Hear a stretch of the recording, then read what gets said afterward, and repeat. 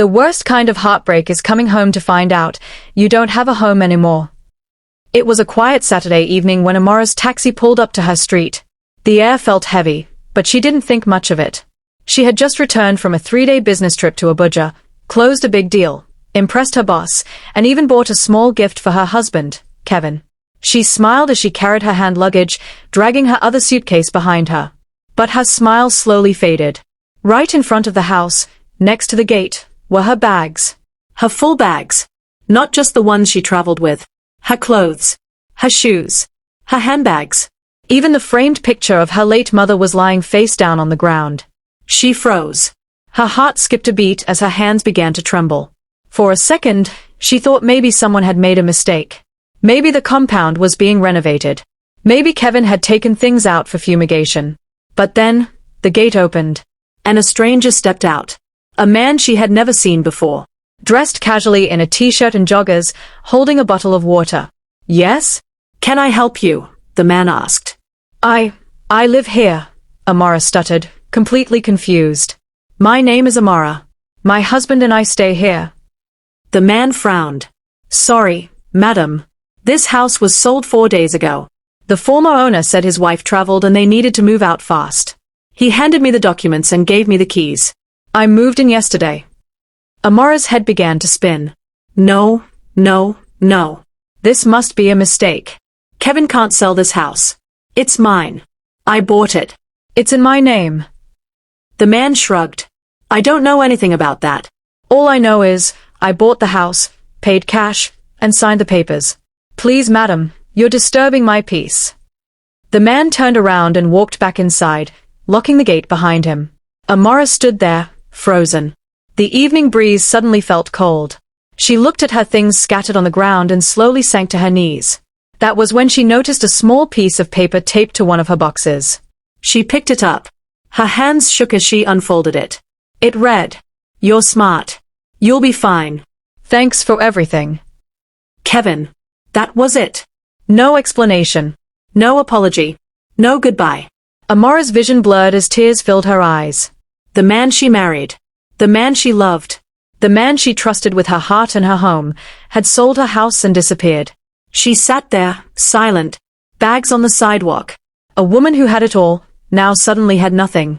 Cars passed by. People walked past. No one stopped. No one asked questions. Just then, a black Toyota pulled up beside her. The window rolled down. "Amara," a familiar voice called out. It was Tenny, her best friend, and a lawyer. Tenny quickly parked, rushed out of the car, and ran to her side. "Oh my God. What happened? What's going on?" Amara couldn't speak. She just handed Tenny the note. Tenny read it, and her face went from confused to furious in seconds. "Where is that idiot?" she snapped. "He did what?" "Don't worry. I'm taking you home. But I promise you, Amara, this man will pay for this." Amara didn't speak. She couldn't. She just nodded as tears silently rolled down her cheeks. The car door closed. The engine started. And just like that, Amara was driven away, leaving behind the house she once called home, and the heartbreak she never saw coming. Before Kevin, there was Chika. Tall. Gentle. Focused. Chika was everything Amara ever prayed for in a man. They had met at a business seminar in Lagos, and from that day, their connection was instant. He was the type who opened doors, remembered little things, and always encouraged Amara to go after her dreams. They dated for 2 beautiful years, birthdays, road trips, movie nights, random flowers on Wednesday mornings. It all felt perfect. Amara believed Chika was the one. They talked about marriage, about raising kids together, even joked about what to name them. She had never loved anyone like that before. But sometimes, love is not enough. One morning, Chika told her he had received a job offer in Canada. A big one. One that could change his life forever. But the catch? He had to leave in 2 weeks, and it was a long-term deal. Amara offered to wait for him. She promised to support him from Nigeria, to make it work. But Chika shook his head. "Long distance will break us. I know it. I don't want to put you through that." Just like that, he walked away. No cheating. No betrayal. Just reality. Amara was crushed. She didn't eat for days. She barely slept. Her world had gone silent. And that's when Kevin walked into her life. He came in like sunshine after a storm. He was funny, charming, and always seemed to show up exactly when she needed someone. He helped her fix her car one morning when it broke down on 3rd Mainland Bridge. Then he took her out for ice cream to cheer her up. Slowly, he became her comfort, her rebound, her safe space. Her friends were not convinced. Tenny warned her first. Amara, be careful. Something about this guy doesn't sit well with me. But Amara waved her off. You don't know him like I do. He's just having a hard time finding a job. He's trying. But the red flags started piling up. He never talked clearly about his past or his family.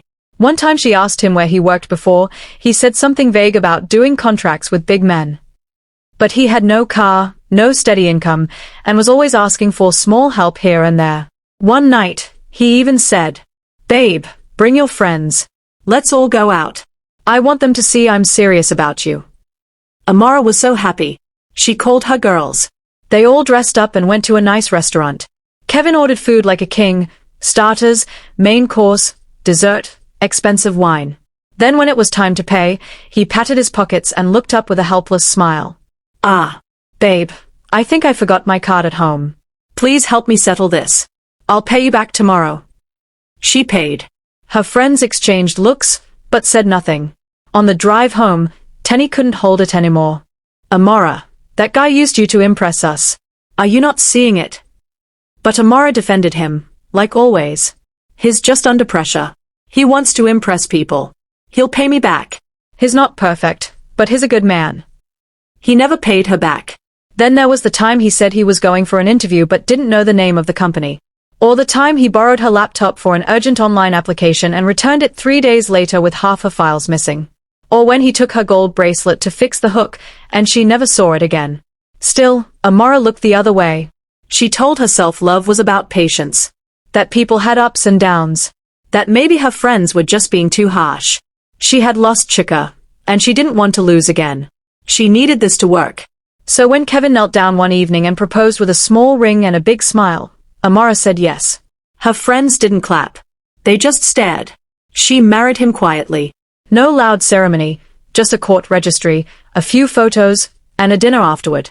Everyone saw the storm coming. Except Amara. And by the time she realized the truth, the man she had defended with her heart had already begun planning how to break it. Marriage changed Kevin, but not in the way Amara had hoped. He became sweeter, more helpful, and extremely close to her. At first, Amara was happy. She thought, maybe all he needed was love. Maybe now that he feels safe, things will get better.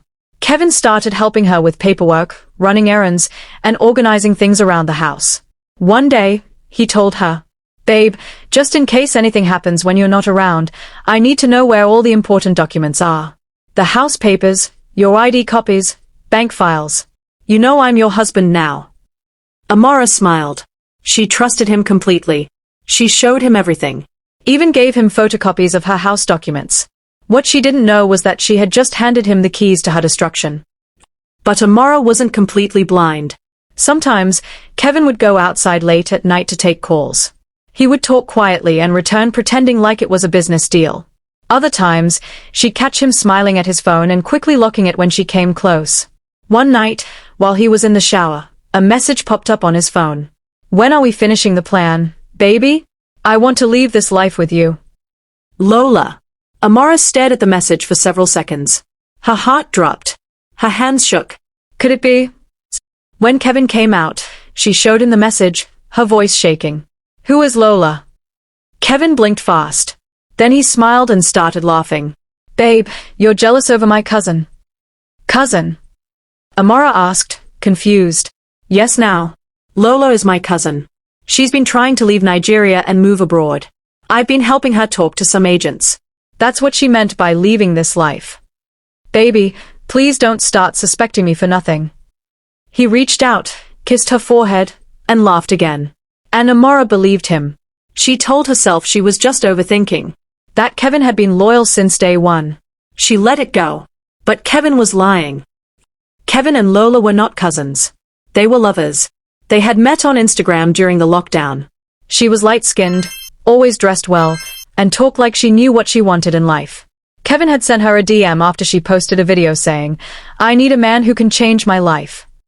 Their connection was fast. They started chatting, then calling, then meeting in hotels. Lola believed Kevin had money. He dressed well, talked big, and always acted like a guy with serious connections. But after a while, she started seeing through him. He was lazy. He had no plan, no job, no business. Just schemes. Yet Kevin was in love with her. Madly. He would do anything for her, even betray the woman who fed him and sheltered him. One afternoon, while lying next to her in a hotel room, he whispered, "Soon, we'll have money. Plenty. I just need you to be patient. There's this house, my wife owns it. Once she travels next week, I'll sell it. We'll share the money and leave this broke life forever." Lola smiled. She rubbed his chest. "You'll really do that?" "Anything for you." But what Kevin didn't know was that Lola had her own plan. Lola had a best friend named Mimi. One night, Lola was at Mimi's apartment, drinking wine and ranting. "This Kevin guy is fine, but he's useless. He has no drive. He wants to steal his wife's house money and share it with me." Mimi raised a brow. "But you agreed to the plan now." Lola sipped her wine. "I agreed because I want the money. Once I get it, I'm leaving him. He's not my type. I need a man who has a real job, who can take care of me, not one that depends on scams." They both laughed hard. Lola looked at her reflection in the wine glass and said softly, "When I collect that money, I'll disappear. No goodbye. No calls. Just gone." And that was exactly what she did. The week Amara traveled for a big business trip in Abuja, Kevin made his move. He brought out the house documents she had trusted him with. Then, he created fake papers with the help of a corrupt agent he had met through Lola. In just 2 days, he sold the house at half its worth to a desperate buyer who wanted a fast deal. Millions were paid into his account. He was excited. His dream was finally coming true. He called Lola immediately. "Baby, we're rich. I've done it. We can leave this useless country now. Come, let's go." Lola replied calmly. "Send me the money first. I'll meet you at the airport." Kevin, without thinking twice, sent a huge portion to her. She said she needed to settle her own bills quickly and pack her bags. He agreed. But Lola never showed up. Her phone went off. Her Instagram vanished. Her number stopped ringing. Kevin was confused. He waited for hours at the airport, calling and texting non-stop. He didn't know Lola had blocked him and disappeared to another state, starting a new life with the money she got from his scam. Kevin was left stranded. No house. No wife. No girlfriend. No money. And Amara? She was still in Abuja, completely unaware that by the time she returned, her whole world would have been taken away from her. Amara returned from her trip 2 days earlier than planned. She was tired but excited. She had closed a big deal and wanted to surprise Kevin with the good news. She even bought him a new pair of shoes and a wristwatch. But as soon as she entered her compound, her smile faded. Something was wrong. The house was empty. The curtains were gone. The furniture was missing. Even her favorite flower vase was nowhere to be found. The house felt like a ghost town. That's when her heart started pounding. She called Kevin's number. Switched off. Again. And again. Still switched off. She called her best friend, Tenny, in a panic. "Tenny, something is wrong. My house is empty. Kevin is gone. I don't know what's happening." "I'm on my way," Tenny replied immediately. Tenny was no fool. From the first day she met Kevin, she didn't trust him. Now, all her suspicions were starting to make sense. Together, they went to the local police station. But what they discovered shocked them even more. The officer on duty frowned as he typed Kevin's full name and ID into their database. "Madam, there's no one like this in our records. This ID is fake." "What?" Amara asked, her voice trembling. "This man used a false identity. His name, his background. Everything is fake." It felt like the ground disappeared under her feet. Tenny held her hand. "We'll figure this out. Let's keep digging." With the help of one of Tenny's friends who worked with a tech company, they tracked Kevin's email and recovered some deleted messages from his cloud storage. That was where the real horror began. They found dozens of emails and chat backups between Kevin and Lola, the same cousin Amara had once asked about. In one voice note, Kevin said, "Once I sell the house, we'll leave. She's so stupid, Lola. She doesn't suspect a thing. She gave me everything with her own hands. In another message, Lola replied, "Just hurry. I don't want to keep waiting. Once the money lands, I'm out of here." Amara stared at her phone, shaking her head slowly. Tears rolled down her cheeks. "I gave this man everything. My love. My life. My trust." Tenny was furious. "He's a monster, Amara. You didn't deserve this." 2 days later, Kevin reappeared. Not in person, he sent an email. A long, pathetic message filled with excuses and tears. "Amara, I'm sorry. I swear I didn't mean for things to go this far. I was broke, frustrated, and Lola tricked me too. She said she loved me. I thought she'd stay. But she took the money and disappeared. I was used to. Please forgive me. I still love you. Please give me a chance to fix things." Amara read it in silence. Then she closed her laptop. She didn't cry. She didn't scream. She just stood up, walked to the mirror, and looked at herself. "Never again," she whispered. "Never again will I let anyone destroy me like this." Kevin thought he was smart. He thought he had played her. But what he didn't know was, this was only the beginning. Amara was about to fight back.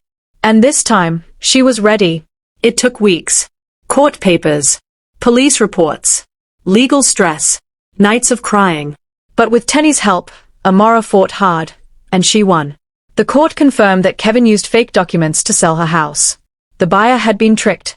Kevin never had the legal right to sell anything. The house was returned to Amara. But the drama wasn't over. The man who bought the house showed up at the police station furious. "I don't care what the court says," he shouted. "I gave Kevin real money. I want my money back, or he's not coming out of that cell." Kevin, now sitting behind bars, had no answers. The money was gone. Lola, the same woman he betrayed Amara for, had vanished with every last kobo. No calls. No messages. Just poof, gone. Now Kevin was trapped between the law and a very angry buyer. The man promised, "Even if I have to spend all my money, you're not stepping out of this prison until you refund me. Every single naira." Meanwhile, Amara started to rebuild her life. She went back to her house. It felt empty, but peaceful. She repainted the walls, changed the curtains, got new furniture. But most importantly, she healed. Day by day, she began to feel like herself again. She cried sometimes, yes. But she also smiled more. She laughed with her friends. She danced alone in her kitchen. She read books. She journaled. She started therapy. And through it all, one thing became very clear to her. Her pain had made her stronger. And Tenny, her ever-loyal friend, had been her backbone. Amara made a quiet promise to herself. Never again would she ignore red flags just because of love. One day, she got a call from the prison. It was Kevin. Begging. "Amara, please. I've changed. I swear. I've seen what I did wrong. That girl used me. I was stupid. But I still love you. I'm still your husband. Please don't leave me here." She didn't say a word. "Please," he cried, "talk to the buyer. Help me. If not, I'll rot here. I'll pay him back. I'll get a job. I'll be a good man. I'll fix everything. Please, Amara, please." But just when she thought she had heard it all, another twist happened. Her ex-boyfriend, David, the one who left for Canada after getting a big job, came back. He had heard everything. He saw the news online. Her name. The scandal. The fraud. Everything. He came to her house, looking calm but emotional. "Amara," he said gently, "I know this is crazy. I know we didn't end well. But I want you to know, I never stopped loving you." She was speechless. "I should have fought harder for us," he continued. "But I thought I was doing the right thing by giving you space. I was wrong. I want to make it right. If you'll let me." Now, Amara is standing at a crossroad. One man, her husband, who betrayed her, destroyed her, but now says he wants to change. Another man, her first love, who says he's ready to give her the love she always deserved. So I ask you, my dear viewers, if you were Amara, what would you do? Would you forgive Kevin and give him one more chance, now that he claims to have changed? Or would you divorce him, close that chapter, and give David, your first love, a second chance? Let me know in the comments. Because Amara has a decision to make, and it's not going to be an easy one. If you enjoyed this story, please don't forget to like, share, and subscribe for more amazing episodes. I'd also love to hear your thoughts. Drop a comment below and let's talk about it. Your support means so much to me.